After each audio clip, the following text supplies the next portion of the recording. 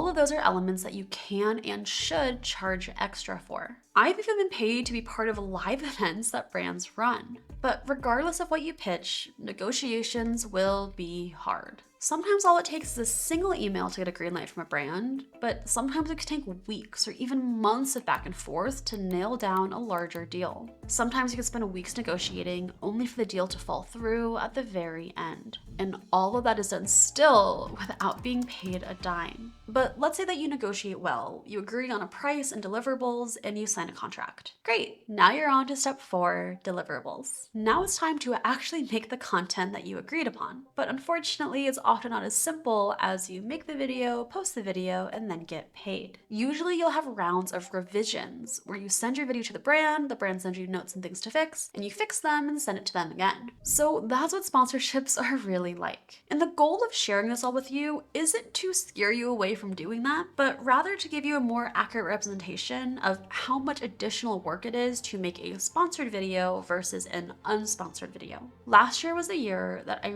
really leaned into sponsorships, and the results are pretty astounding. $133,500 brought in from sponsorships alone. And that is just mind-blowing. That's a full salary. That's 2 full salaries. It's absolutely insane. However, in order to get there, every single video I uploaded last year was sponsored. That means that every single video had a ton of back and forth, and every one of them had very strict deadlines. Those deadlines were helpful to keep me accountable to uploading on time, but they were also stressful beyond belief, especially when I got sick or fell behind on a video. If one video was late, that meant that I had less time to get the next video out, and I felt like I was constantly in a state of catch-up. But the single biggest downside to sponsorships, and the reason why, despite how lucrative they were for me last year, I'm actually not focusing on them quite as much this year, is that they are highly volatile and directly correlated with your view counts. Just because a brand paid you a certain amount for one video doesn't mean that they'll pay that amount for the next.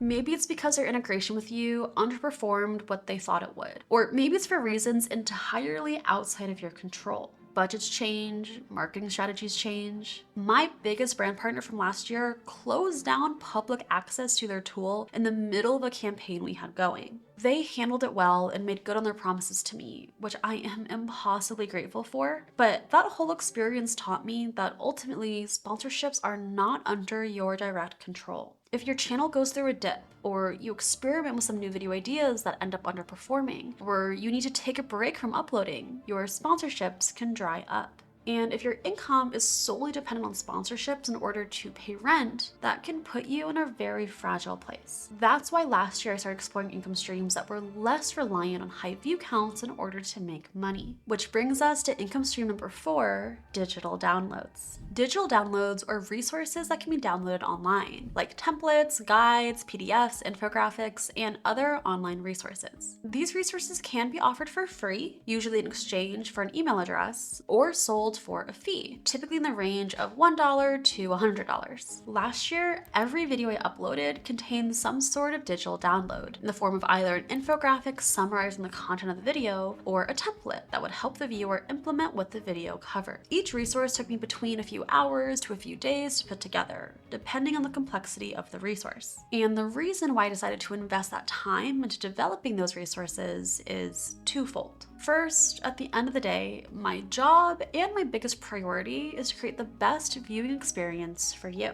So if an infographic you can print out and put on your desk, or a template you can fill out will help you better retain and apply the information I share, that is an absolute win in my book. And second, and this is the business case for it, it helps me better own my audience. You see, the problem with building an audience solely on YouTube is that if anything were to ever happen to YouTube, or if an algorithm shift suddenly stops sending out your videos, you would have no way to reach your viewers. That's called platform risk. So by offering up something in exchange for an email address, I now give myself the ability to reach out to my viewers in a way that is more reliable and under my control than hoping that they'll be served, decide to click on, and watch one of my videos. Because the goal of these digital downloads was to help me own my audience, not to make money, I wanted to make these resources as easy to access as possible. So I offered them all up for free. But despite that, something really interesting happened last year. You see, I put some of my resources on this platform called Gumroad, and Gumroad has this super neat feature that allows people to pay what they want for a particular product.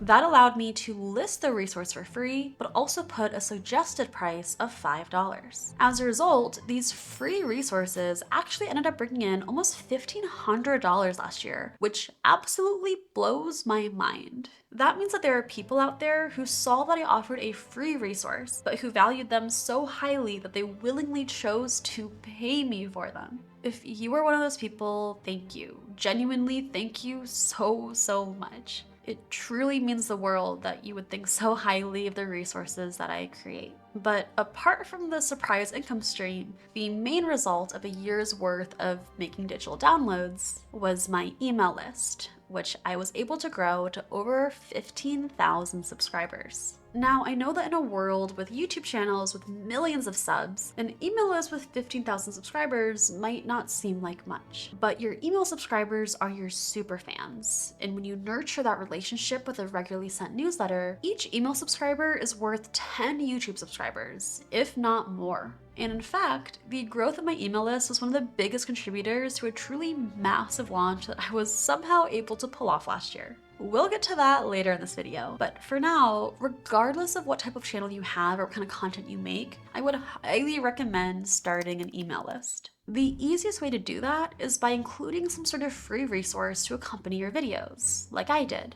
And then once people start joining your email list, don't be afraid to actually send them emails. These could be anything from a tip of the week, to book recommendations, to reflection prompts, to a random thought of the day. Whatever it is, just make sure that it's easy to execute on and it's relatively relevant to your audience. Then commit to a publishing schedule and start sending. And believe me when I say that when done correctly, a healthy email list is one of the most valuable resources that any YouTuber can have. Because while an email list itself won't drive direct revenue for you, unless you end up bundling them into your brand deals, which is a separate story, the emails that you send are the perfect vessel for testing and pitching offers of your own. Which leads us to income stream number 5, consulting. And this is the first income stream we'll talk about where view count stops being the main limiting factor. Fundamentally, consulting is when someone has a problem that you can help with and they pay you to help solve that problem. Consulting tends to be a done with you or done for you service, meaning that you'll either use your wisdom and experience to assist the client in solving the problem themselves, or you'll completely solve the client's problem on your own.